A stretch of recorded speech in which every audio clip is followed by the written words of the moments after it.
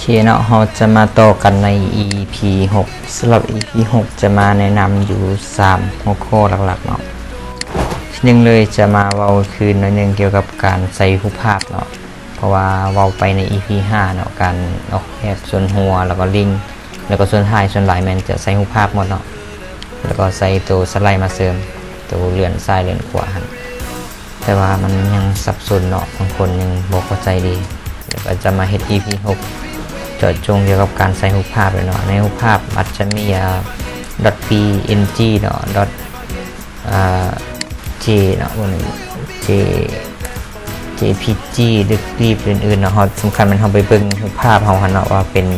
ตัวใดเวลาเราจึงใส่ดอทตัวนั้นเนาะแล้วเราจะมาเบิ่งในคลิปนำกันส่วนมันการใส่วิดีโอเนาะจะเป็น MVC อย่างประมาณนี้เนาะแล้วก็การใส่เสียงเป็น MP3 ประมาณนี้โอเคแล้วเราจะมาเบิ่งนำกันเลยเนาะเดี๋ยวจะเปิดให้เบิ่งก่อนเนาะหนึ่งเลยก็คือเราจะมาเบิ่งการใส่รูปภาพเนาะว่าเราจะใส่เป็น PNG หรือ JPEG บางทีเนาะเป็นไอเนาะ JPG แล้วก็ GIF เนาะคลิปเนาะคือตัวนี้เนาะเป็นรูปภาพเนาะแล้วโซ่มันวิดีโอเนาะเป็น MP4 อย่างที่เนาะเราใส่เราก็จะเปิดเข้าไปอย่างที่เนาะของตัวนี้ WhatsApp เว็บตัวนี้เนาะโอเคก็จะประมาณนี้เนาะเป็นวิดีโอแล้วก็เป็นเสียงหรือเป็น MP3 ก่อนจะประมาณนี้เนาะ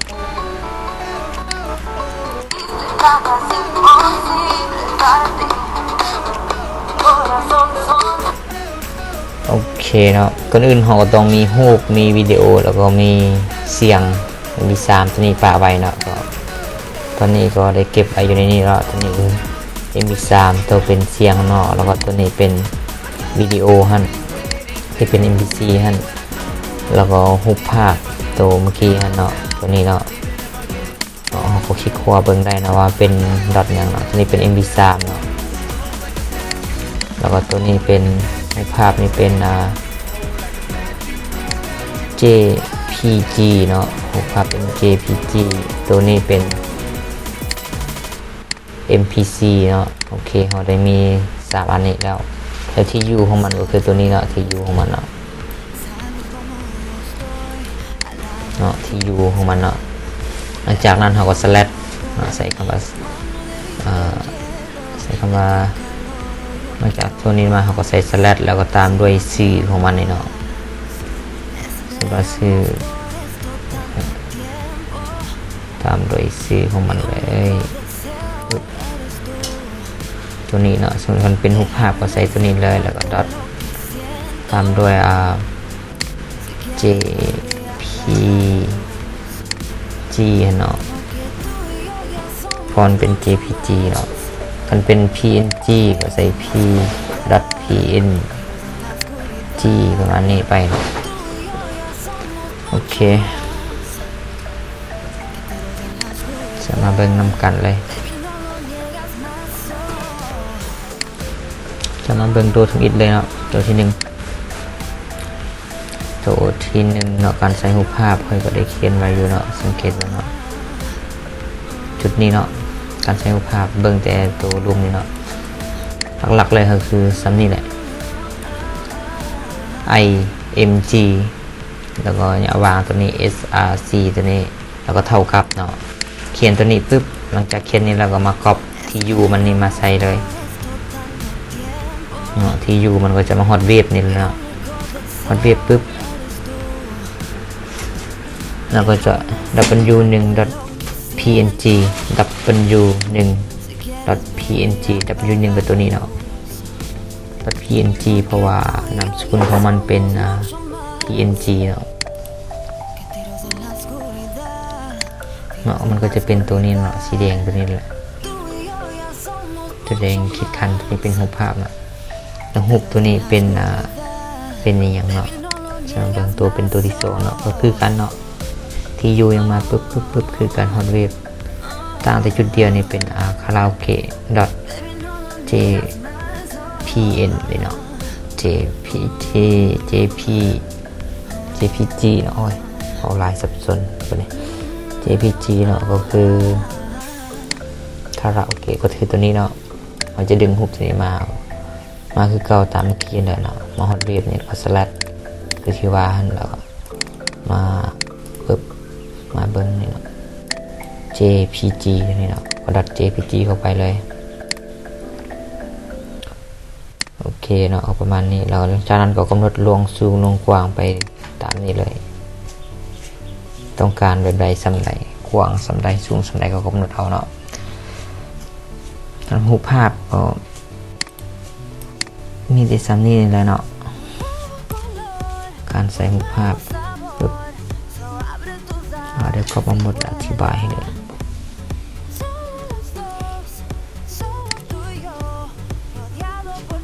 สำหรับการใส่รูปภาพ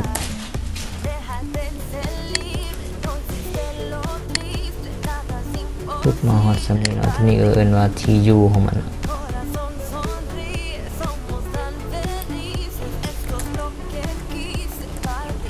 TU เนาะมาใส่ TU หลังจากนั้นก็มากำหนดลวงกว้างลงอย่างมันเนาะหลักก็ตัวนี้แหละแล้วมาเบิ่งตัวต่อไปก็คือการใส่วิดีโอเนาะการใส่วิดีโอคือตัวนี้เนาะ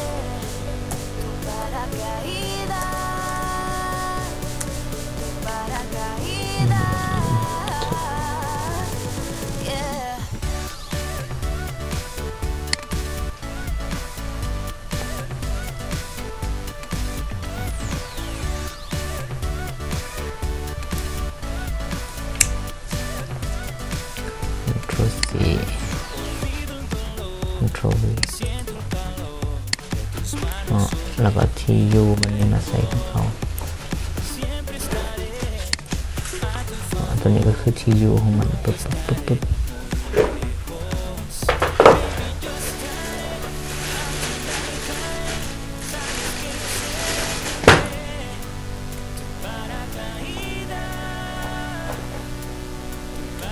โอเคเนาะจะเห็นอยู่ว่าเดี๋ยวกด Enter ลงให้เดี๋ยวโอเคเนาะก็จะประมาณนี้เนาะก็มาพิมพ์ตัวนี้เข้าไป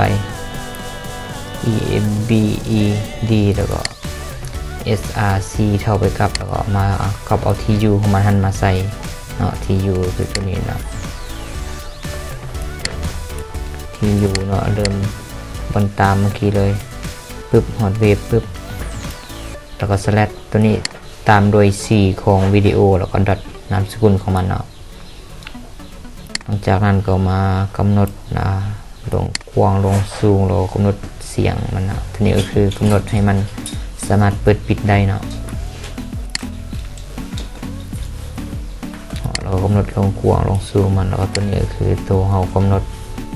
ให้มันมีตัวเปิดปิดได้เนาะตัวนี้มันเปิดปิดได้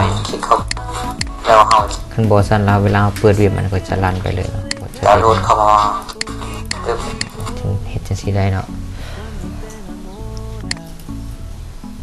โอเคแล้ว MP3 บัดนี้ MP3 ก็คือ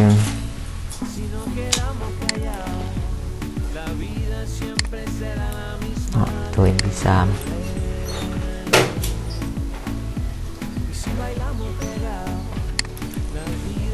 ค่านี้มาแล้ว MP3 MP3 ก็คล้ายคือกับวิดีโอเลยเนาะแต่มันจะมาแตกต่างในเดียวนึงก็คือ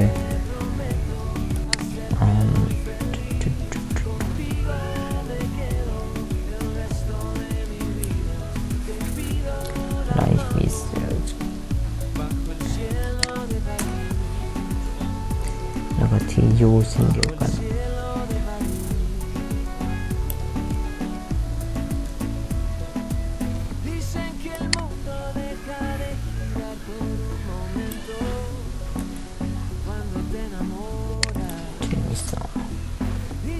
เนาะสังเกตเบื้องเนาะมันก็จะเป็นตัวนี้คือกันเลยเนาะ MP3 กับ MP4 แล้วก็มาฮอตจนจำที่อยู่ของมันนี่เนาะแล้วก็หลังจากนั้นก็กำหนดลงสูงลงกว้างให้MP3 หรือว่า MP4 ที่เป็นวิดีโอหันเนาะจากนั้นก็ตัวนี้คือเก่าเลยสังเกตว่า MP3 กับ MP4 นี่มันใส่วิธีเดียวกันเลยต่างแต่จุดเดียวคือมาฮอตที่อยู่ปุ๊บมาใส่ที่อยู่เนาะสังเกตอยู่ในนี่เลยสำหรับ MP3 กับ MP4 เนาะสังเกตเนาะทุกอย่างคือเก่าหมดมันจะมาอยู่จุดนี้โอเคจุดนี้เป็น MP4 เนาะสังเกตว่ามาฮอตเวฟปุ๊บเนาะเพราะว่าที่อยู่มันมาจนจำเวฟนี่เนาะแล้วก็แสดงตามโดยสื่อของวิดีโอหันแล้วก็ .mp4 แล้วบัดมาฮอต mp3 ปุ๊บมันก็ตามโดยสื่อแล้วก็จะ music.mp3 เนาะสังเกตเบิ่งว่า mp4 เป็นบอทแอปตัวนี้เนาะแล้ว mp3 เป็น music นี่เนาะเราจะมาเบิ่งบนที่อยู่ของมันเนาะเพราะว่าของที่อยู่ของเราเนาะก็ตามนี้เลยปึ๊บมาจำเวฟนี่เนาะแล้วตัว mp3 เป็น music ตัวเป็น mp4 เป็น whatsapp ตัวนี้เนาะแล้วเวลาเราดอทก็ .mp3 กับ .mp4 เนาะตามไฟล์ของมันเลยมันก็จะเปิดให้เราโอเคหลังจากนั้นก็มากำหนดลงสู่วงดวงนั้นตามนี้เลยโอเคตามนี้เลยเนาะโอเคสำหรับคลิปนี้เนาะก็จะขอจบเพียงเท่านี้เนาะอย่าลืมกดติดตามช่อง YouTube มงเฮียนไอทีแล้วก็ Facebook มงเฮียนไอทีเนาะเพื่อบอให้พลาดคลิปใหม่ๆ